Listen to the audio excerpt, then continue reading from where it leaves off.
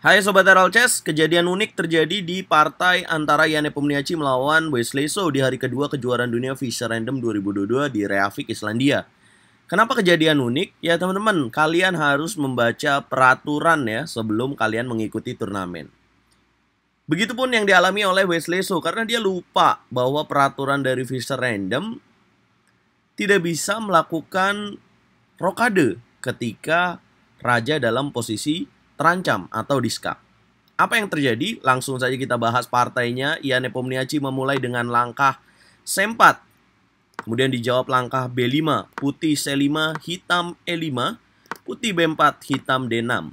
Putih gajah B3, hitam A5. Putih A3, hitam gajah F6. Putih E3, hitam kuda ke petak E7. Putih F4. Kemudian hitam E4. Pion C makan pion D6, pion memukul pion, putih kuda E2. Wesley So, gajah memukul gajah, menteri memukul gajah, dan hitam kuda F6.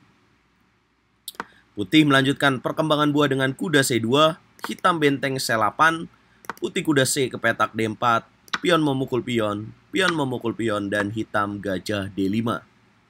Terjadi pertukaran gajah, hitam memukul dengan kuda di petak E7, putih kuda F5, dan hitam benteng C2.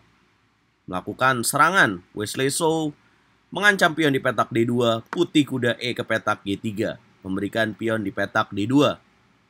Jika hitam memukul pion di petak D2, maka putih akan melakukan ancaman kuda memukul pion E4. Jika kuda memukul kuda, maka skakmat tercipta di petak G7. Yap, tapi Wesley So tidak lakukan itu dan dia pilih menteri ke petak C8. Memberikan pion di petak D6, putih kuda memukul pion D6, hitam menteri E6, dan di langkah ke-18 putih skak. Backring, menteri ke petak A8. Nah, disinilah terjadi keunikan ya teman-teman. Ini merupakan kejuaraan dunia Fischer Random. Dan dalam permainan Fischer Random atau catur 960, di posisi sebelumnya, hitam dapat melakukan rokade, yaitu dengan memindahkan benteng ke petak F8. Itu adalah cara spesial jika kita bermain catur Fischer Random. Namun, di sini Jan Nepomniachtchi melakukan skak di petak A8 dan mengancam raja. Nah, apakah legal melakukan langkah rokade di sini dengan memindahkan benteng dan akan menutup ancaman dari menteri di petak A8? Nah, jawabannya adalah tidak boleh dilakukan selama raja dalam posisi terancam.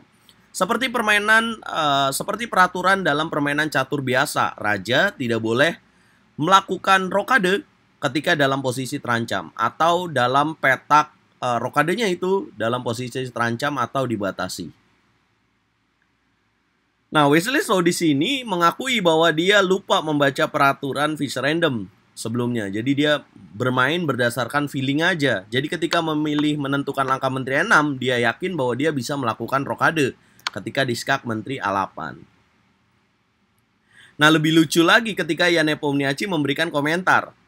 Apakah kamu tidak sadar bahwa apakah kamu yakin bahwa Wesley So akan dapat melakukan langkah rokade? Dia menjawab lebih lucu lagi karena dia menjawab, saya ingat waktu saya umur 5 tahun bahwa dalam peraturan catur secara general tidak boleh melakukan rokade ketika posisi raja dalam posisi terancam.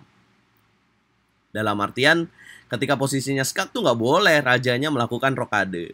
Nah, itu peraturan yang dia ingat sejak kecil dan intuisi itu yang membawa dia pada kemenangan.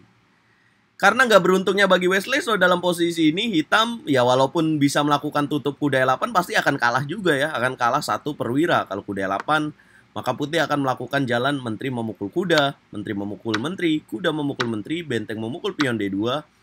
Maka putih akan melakukan benteng E1 ya untuk menjaga atau ya pasti menang lah dengan 1 perwira ini. Sekelas Grandmaster dunia. Ya, jadi apa komentar kalian untuk partai ini teman-teman? Yang pasti ini mengejutkan di hari kedua ini, ada-ada aja ya. Ya, bahkan pemain catur kelas dunia pun lupa membaca peraturan terlebih dahulu. Ya, karena ini kejuaraan dunia Fischer Random, permainan random ini perlu dipahami lagi ya tentang peraturannya. Nah, by the way, RL Chess pernah nggak sih main ke Fischer Random? Pernah teman-teman. RL Chess pernah jadi juara di Singapura Open. dalam kejuaraan FISA Random di tahun 2022 ini. Jadi emang agak-agak unik ya ketika dalam posisi diancam rajanya apa boleh rokade atau tidak ya. Tapi lebih baik lagi kita baca peraturannya sebelum kita bertanding. Kita ngobrol di kolom komentar, jangan lupa bantu aku dengan cara like, share, komen, dan subscribe. Sayangnya Ian Nepomniachtchi berhasil menang melawan Wesley So dan ini membuat Wesley So berada di posisi 3 sementara dan kemungkinan akan, waduh, ini bisa sulit ya. Gelar juara dunia yang dia miliki bisa berpindah ke tangan para pecatur lain. Karena yang memimpin di grupnya mereka adalah Nodirbek Abdusattorov diikuti Ian Nepomniachtchi.